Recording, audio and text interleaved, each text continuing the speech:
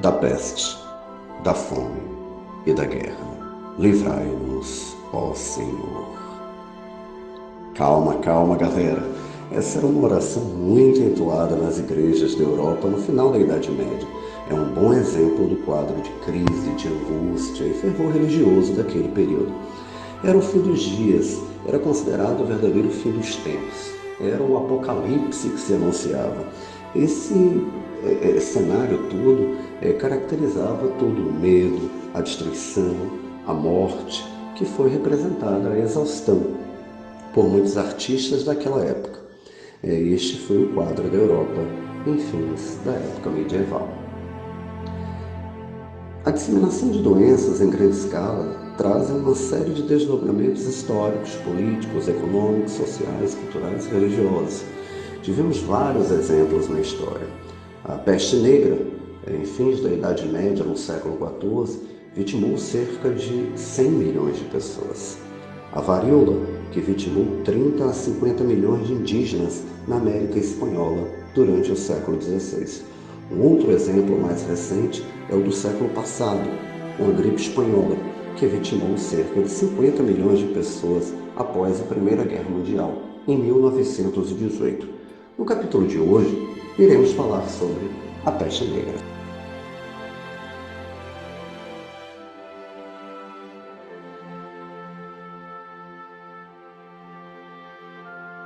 Em vários momentos da história, pandemias se alastraram e vitimaram milhares, até milhões de pessoas. Mas nada foi tão letal como a peste negra, em meados do século XIV no continente europeu. A origem do termo é o seguinte: a peste foi denominada negra, entre aspas, por conta das afecções na pele da pessoa acometida por ela. A peste negra é uma doença de caráter infectocontagiosa, provocada por uma bactéria, Yersinia pestis.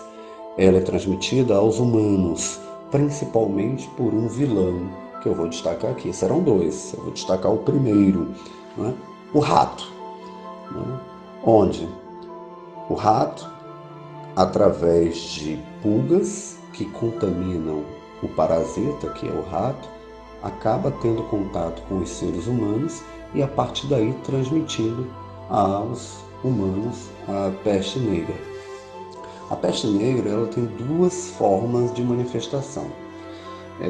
A primeira é a bubônica e a segunda é a pneumônica.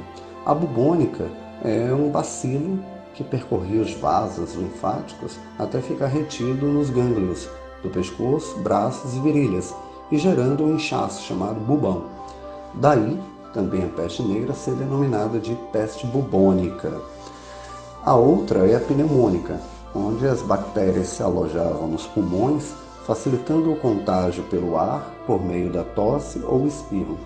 Essa é a forma mais letal e mortífera da peste negra, a forma pneumônica. Tanto que a letalidade dela na Europa do século XIV era entre 60% a 80% das pessoas infectadas, que entre 3 a 5 dias acabavam em óbito.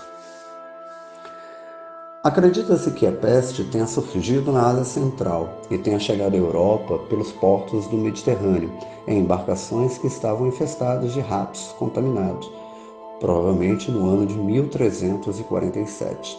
A partir daí, a doença se espalhou, chegando até o norte do continente africano. O segundo vilão que eu destaco nessa história é o gato. Os gatos eram associados a forças ocultas, eram perseguidos e mortos. Com a perseguição dos gatos, que são predadores naturais dos ratos, acabava gerando um problema muito grave naquele ambiente europeu.